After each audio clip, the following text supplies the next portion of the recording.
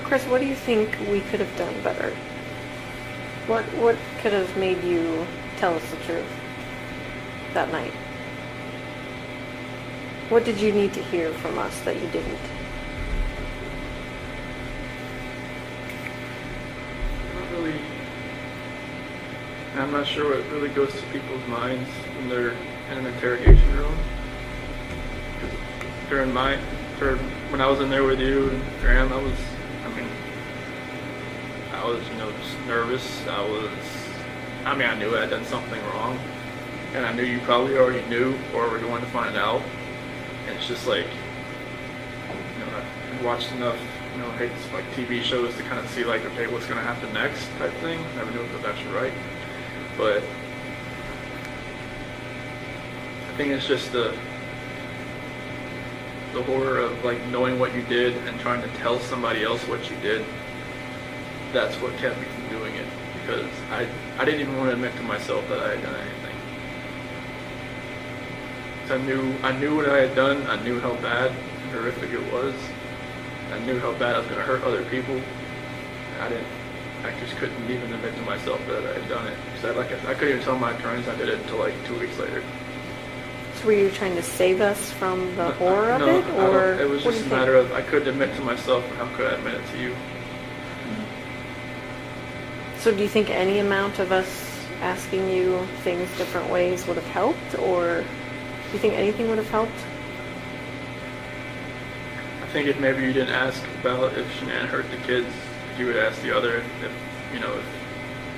something in that, a different order of question, maybe it would have came out a different way. Because that's the only reason I went with that story, is because that was... Well, you weren't giving us anything else. I know. That was the problem. But so if we would have said, what do you think?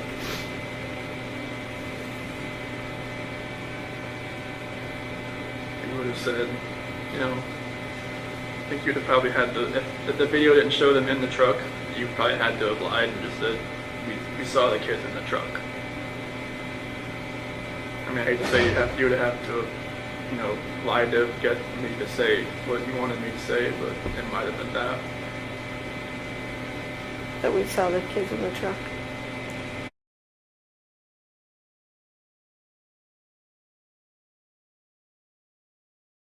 Wait, I know she made it in the house, but I waited till she shut the front door. Right, but his video just showed you backing out, so there's a gap there that didn't pick up. Do these neighbors have cameras? I'm gonna walk it here in a minute. I'm pretty sure he doesn't. But it wouldn't surprise me if the people next door do. Right. Yeah, I don't see any on that one or that one. Just looking, but.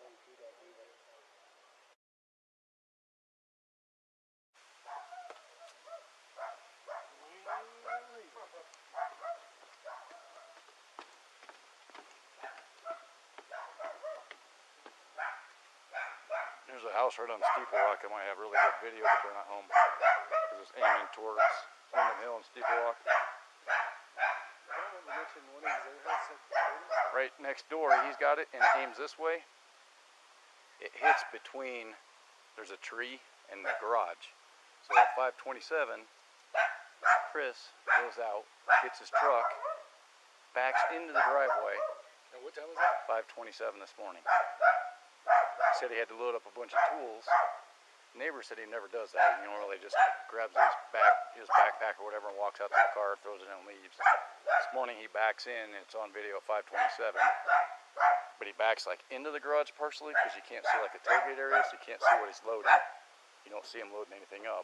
And if you look in the back of the truck, it's still full of stuff. There's no room to put anything. And we watched the rest of the video to see if anybody came after that? Yeah, he watched it and he said there's nothing. He said it's really good. It'll pick up any kind of carb movement, but it never at 148 when your RP drops her off. That night, did you guys make sure they were warm when they left the house? Make sure they were warm. They're always warm. They always have, when they're in their beds, they're always warm. Okay. Were you guys taking care of them at the very end? Or would, They're always taken care of. They never miss a meal.